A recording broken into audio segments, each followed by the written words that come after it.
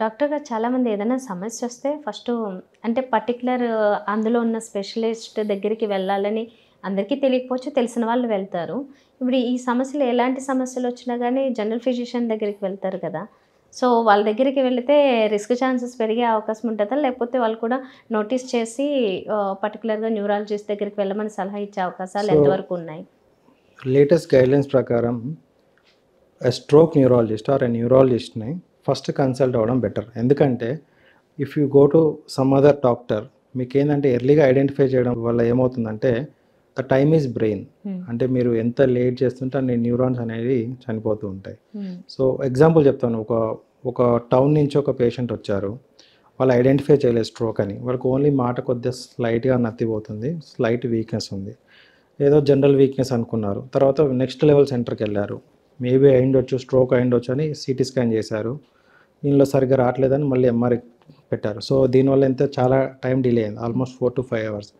So ఇలాంటి avoid చేయడానికి there are certain designated stroke centres. And పేషెంట్స్లో కూడా మనకి అవగాహన రావాలి. మీకు ఇలాంటివి వస్తే you go to that centre where immediate treatment is available. అంతేగాని నువ్వు అక్కడ పోయి సిటీ స్కాన్ చేసుకొని ఒక హాఫ్ అన్ అవర్ వెయిట్ చేయడం, ఇంకో దగ్గర పోయి ఎంఆర్ఐ చేసుకొని ఇంకో 1 అవర్ వెయిట్ చేయడం వల్ల మీకు ఈ న్యూరాన్స్ అనేవి ఆ డెత్ అనేది అవుతూ ఉంటుంది. It's a continuous process. Our aim is to restore the blood supply as soon as possible. Okay. అందుకే you go to a good centre where all these facilities are available round the clock. Okay. అయితే కొంతమంది అంటే ఈ టెస్ట్‌లకి భయపడో, ఇంకోటో కారణాలతో delay అయితే చేస్తూ ఉన్నారు. లేకపోతే వాళ్ళకి అన్ని చోట్ల హాస్పిటల్స్ అవైలబుల్‌గా లేని వాళ్ళు ఉన్నారు. వాట్ ఇఫ్ మీరు చెప్పిన ఆ 4 అవర్స్‌లో వాళ్ళు రీచ్ అవ్వకపోతే తర్వాత జరిగే ఆ కాంప్లికేషన్స్ ఏంటి? ఇమ్మీడియేట్‌గా ఇంకో స్ట్రోక్ ఏమన్నా వస్తదా? నో. సో స్ట్రోక్ ఎప్పుడొస్తుందంటే ఒక మేజర్ ఆర్టరీ ఆర్ చిన్న ఆర్టరీ సడన్‌గా బ్లడ్ క్లాట్ వచ్చి ఆ సప్లై చేసే పార్ట్ పనిచేయకపోవడం వల్ల స్ట్రోక్ వస్తుంది. ఇలా మనం 2 చూసుకోవాలి. యూజువల్‌గా ఒక ఎగ్జాంపుల్ చెప్తాను. మనకు ఎంత బ్లడ్ అవసరం బ్రెయిన్‌కి అంటే ఒక 100 గ్రామ్ ఆఫ్ బ్రెయిన్ టిష్యూ తీసుకుంటే దానికి 50 ml of blood is needed per minute.